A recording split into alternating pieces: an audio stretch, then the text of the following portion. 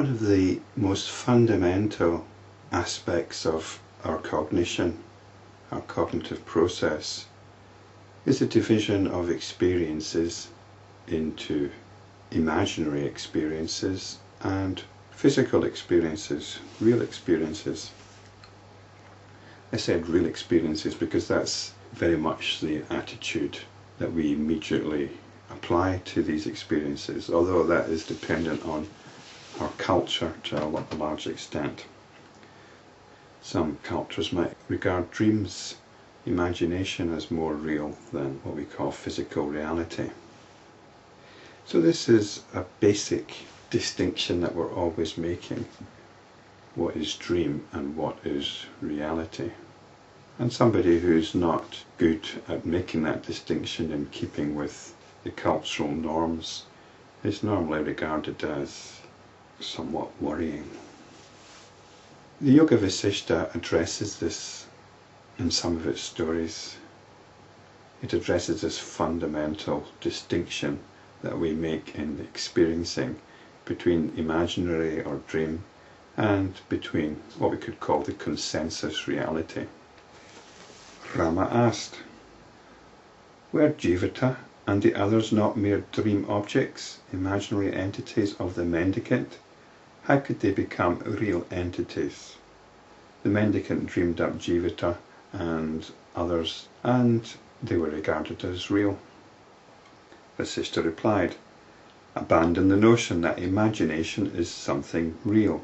When thus the illusoriness of illusion is abandoned, what exists in the infinite consciousness." From a spiritual point of view, we don't need to filter experiencing through the filter of what is real. There's only the experiencing. Truth is not about establishing facts. Facts are stories. Truth is about abandoning all stories, including stories about what is real and what is unreal. So the imagination is not that we're abandoning consensus reality in favour of the imagination here, which is a popular strategy for some people who think of themselves as spiritual. The imagination, the dream world, is no more real than consensual reality.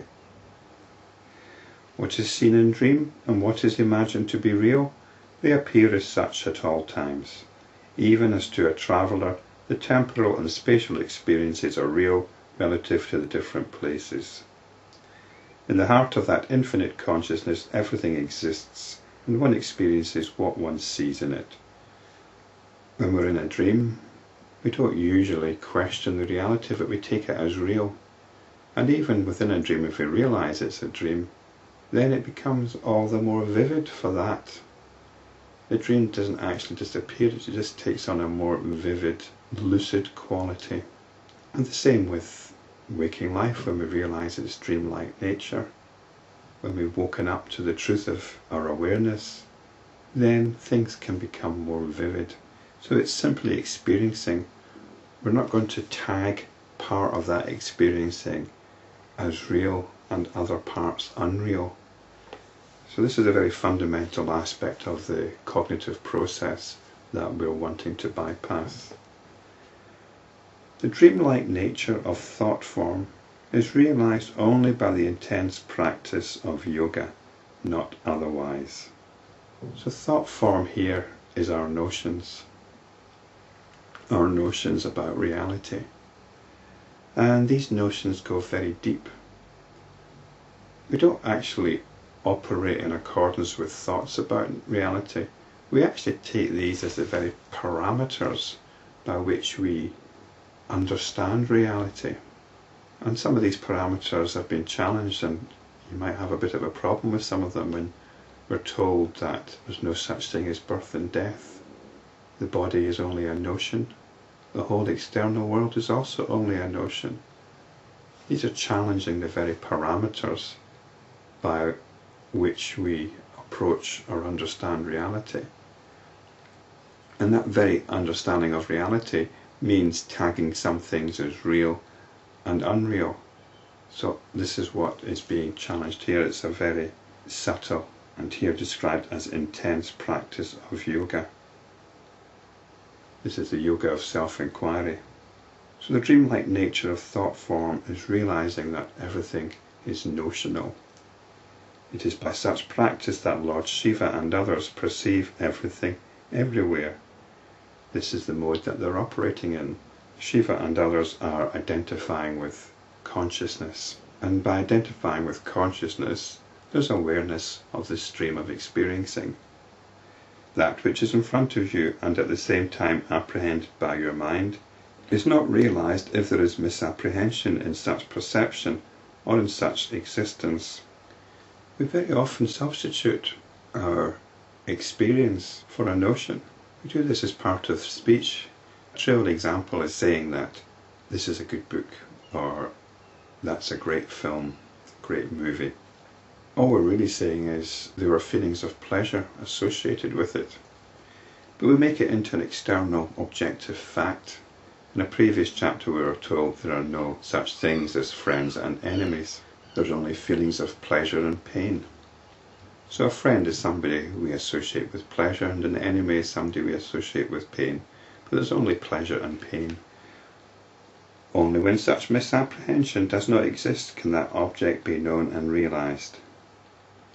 Whatever one wishes is obtained only when one's inner being is wholly and solely devoted to it. So this is the mendicant again, able to visualize something so vividly that it can be described as real. But this is one of these statements that we need to be careful about. Whatever one wishes is obtained only when one's inner being is wholly and solely devoted to it.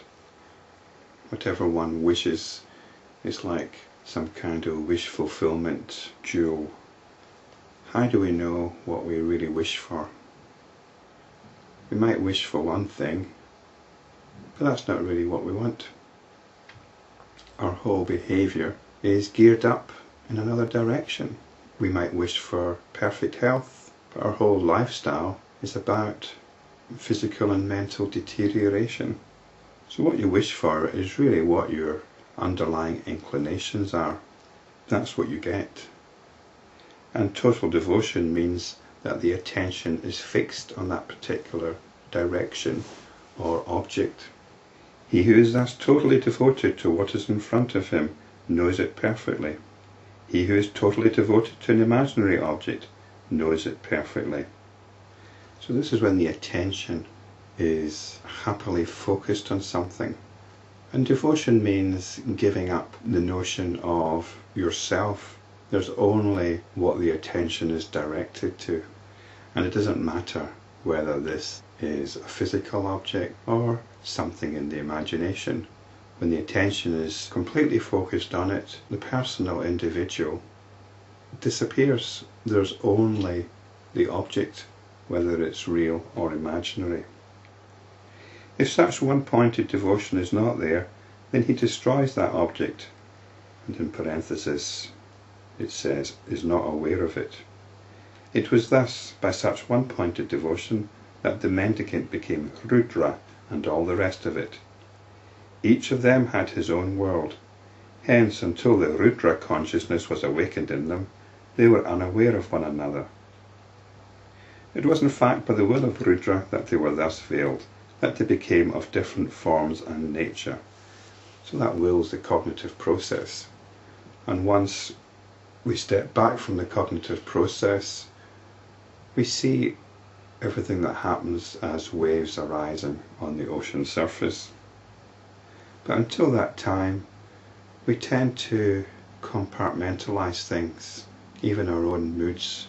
We don't see how our moods relate to the rest of our life, how one mood flows into the next, how one daydream flows into the next, how one mental activity flows into the next, how our general tone at one moment flows into the tone of another moment.